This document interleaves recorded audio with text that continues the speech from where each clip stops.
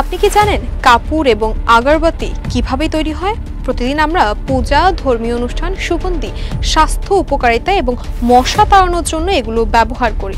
কিন্তু কখনো কি ভেবে দেখেছেন এই ছোট জিনিসগুলো কিভাবে বিশাল কারখানায় তৈরি হয়? কিভাবে একটি সাধারণ কাঠের গুঁড়ো সুগন্ধিযুক্ত ধূপকাঠিতে রূপান্তরিত হয়? আর কিভাবে বিশেষ গাছের নির্যাস থেকে ক্যাম্ফর তৈরি করা হয়? আজ আমরা জানবো ক্যাম্ফর এবং ধূপকাঠি তৈরির সম্পূর্ণ প্রক্রিয়া, কিভাবে আধুনিক প্রযুক্তির মাধ্যমে দ্রুত উৎপাদন সম্ভব হচ্ছে এবং কিভাবে এটি আমাদের কাছে পৌঁছে যায়। ক্যাম্ফর তৈরি করার জন্য প্রথমেই বিশেষ ক্যাম্ফর গাছের কাঠ এবং ডালপালা সংগ্রহ করা হয়। এটি সাধারণত গাছের মতো নয়, কারণ ক্যাম্ফর গাছে কাঠে প্রাকৃতিকভাবে উচ্চমাত্রার সুগন্ধি তেল এবং রাসায়নিক যৌগ থাকে, যা পরবর্তীতে প্রক্রিয়াজাত করে ক্যাম্ফরে পরিণত করা হয়। এই কাঠগুলোকে বিশাল বড় ডিস্টিলেশন চেম্বারে রাখা হয়, যেখানে এটিকে ধীরে ধীরে উচ্চ তাপমাত্রায় গরম করা হয়।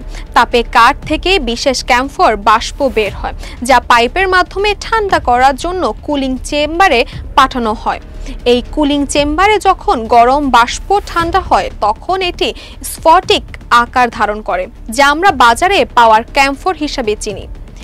এই স্ফটিকগুলো দেখতে অনেকটাই ছোট ছোট বরফের টুকরার মতো হয় এবং এতে থাকে একটি স্বাভাবিক তীব্র সুগন্ধ।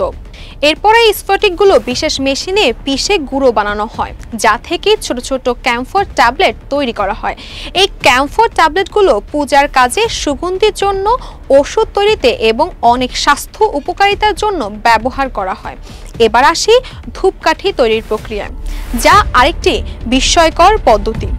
ধূপকাঠি বা আগরবাতি তৈরি করতে প্রথমেই একটি বিশেষ মিশ্রণ তৈরি করা হয়, যাতে থাকে চারকোল পাউডার, কাঠের গুঁড়ো, রজন, গাম এবং সুগন্ধি তেল। চারকোল পাউডার ধূপকাঠির পোড়ানোর ক্ষমতা বৃদ্ধি করে, কাঠের গুঁড়ো একটি দীর্ঘক্ষণ জ্বলতে সাহায্য করে এবং রজন এটি সুগন্ধ ধরে রাখতে সাহায্য করে। প্রথমে সমস্ত উপাদান একটি বড় মিক্সিং মেশিনের মাধ্যমে ভালোভাবে মেশানো হয়, যাতে একটি শক্ত এবং মজবুত হয়। এরপর মিশ্রণটি সক্রিয় ধূপকাঠি তৈরিতে মেশিনে পাঠানো হয়, যেখানে বিশেষ কাঠি বা বাঁশের সরু স্টিকের ওপর এই মিশ্রণ লেগে যায় এবং এটি ধীরে ধীরে ধূপকাঠির আকার নেয়। এই ধূপকাঠিগুলো সক্রিয়ভাবে নির্দিষ্ট দৈর্ঘ্যে কাটা হয় এবং একটি বড় ট্রেতে রাখা হয়, যাতে এটি শুকিয়ে শক্ত হয়ে যায়। এই শুকনোর কাজগুলো করা হয় সরাসরি রোদের আলোতে অথবা কারখানার বিশেষ হিটিং চেম্বারে। এটি সম্পূর্ণরূপে শুকিয়ে গেলে ধূপকাঠিগুলোর উপর বিশেষ সুগন্ধি তেল ছিটানো হয়, যাতে এটি জ্বালানোর সময় সুন্দর গন্ধ ছড়ায়। ধূপকাঠির জন্য ব্যবহৃত সাধারণত সুগন্ধিগুলোর মধ্যে আছে চন্দন, গোলাপ, ল্যাভেন্ডার, লেবু এবং আরও অনেক ধরনের প্রাকৃতিক গন্ধ।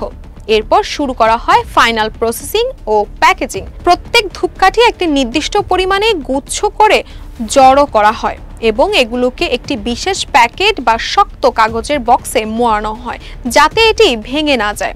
সুগন্ধ দীর্ঘদিন ধরে বজায় রাখার জন্য বিশেষভাবে প্যাকেটের মধ্যে অ্যান্টি ময়েশ্চারাইজার লেয়ার যুক্ত করা হয়, যাতে এটি বাতাসে শুকিয়ে না যায় বা গন্ধ কমে না যায়। প্যাকেটগুলোর গায়ে উৎপাদনের তারিখ, মেয়াদ, উত্তীর্ণের তারিখ এবং প্যাকেজিং এর সংক্রান্ত তথ্য যুক্ত করা হয়, যাতে ক্রেতাদের সহজে এর গুণমান সম্পর্কে নিশ্চিত হতে পারে।